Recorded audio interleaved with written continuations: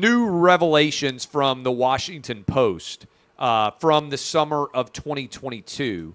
There is a report that Ja Morant was, and I want to make sure that I get this story right, that Ja Morant went to a shoe store because his mom called him and was upset because there were others that were being served first. And I want to get all these details right, so let me pull up the Washington Post and make sure that we get the full story here of Ja Morant. The Washington Post has been breaking down a lot of these Ja Morant stories going forward.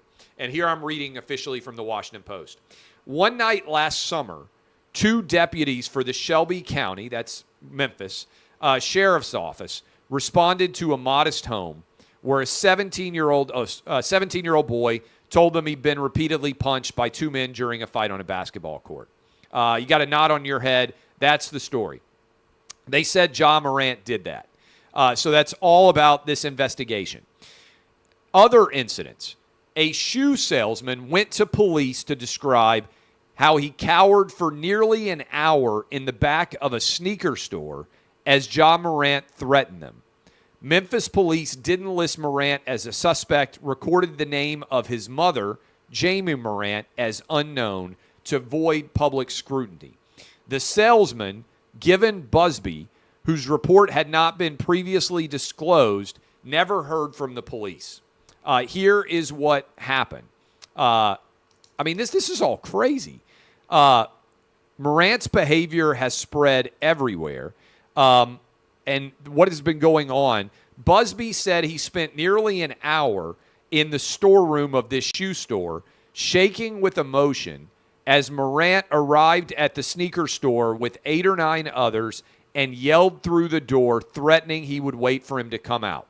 Busby, who wants to be a science teacher, is only 5'3".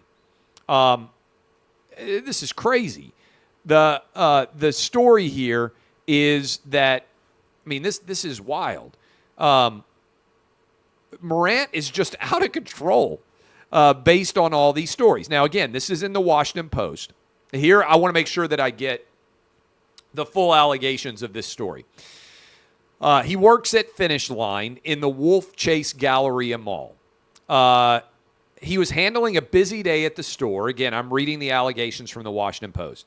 A customer became angry that he had helped 2 white women before her. Busby, as a black guy, said he didn't intend to do anything to disrespect anyone. But this black woman became angrier, and when he informed her he didn't have the shoes she wanted in her size, she followed him around and yelled at him and said she would call her son. The manager sent him to the back for his safety. He didn't learn until Ja Morant showed up that was her son. "Where's the short guy with the dreads?" Morant kept shouting.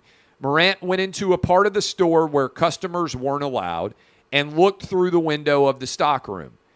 He said Morant shouted, "I'm going to wait until you get off work." Busby said, "He's really trying to hurt me." After Morant left the store, managers told him he had to leave, and he slipped out of the mall fearing Morant might be waiting for him.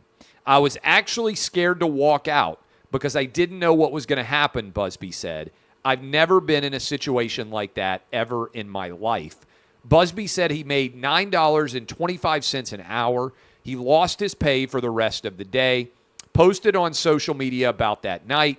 4 days later, he went to Memphis police, and the police report was basically hidden. I feel like they thought I was lying, Busby said about the police. So all of this is crazy. Again, these are allegations. They aren't 100% proven, but it's more evidence that Ja Morant has really kind of spiraled out of control. And there's more details about the pickup basketball game and the threats that might have been occurring there.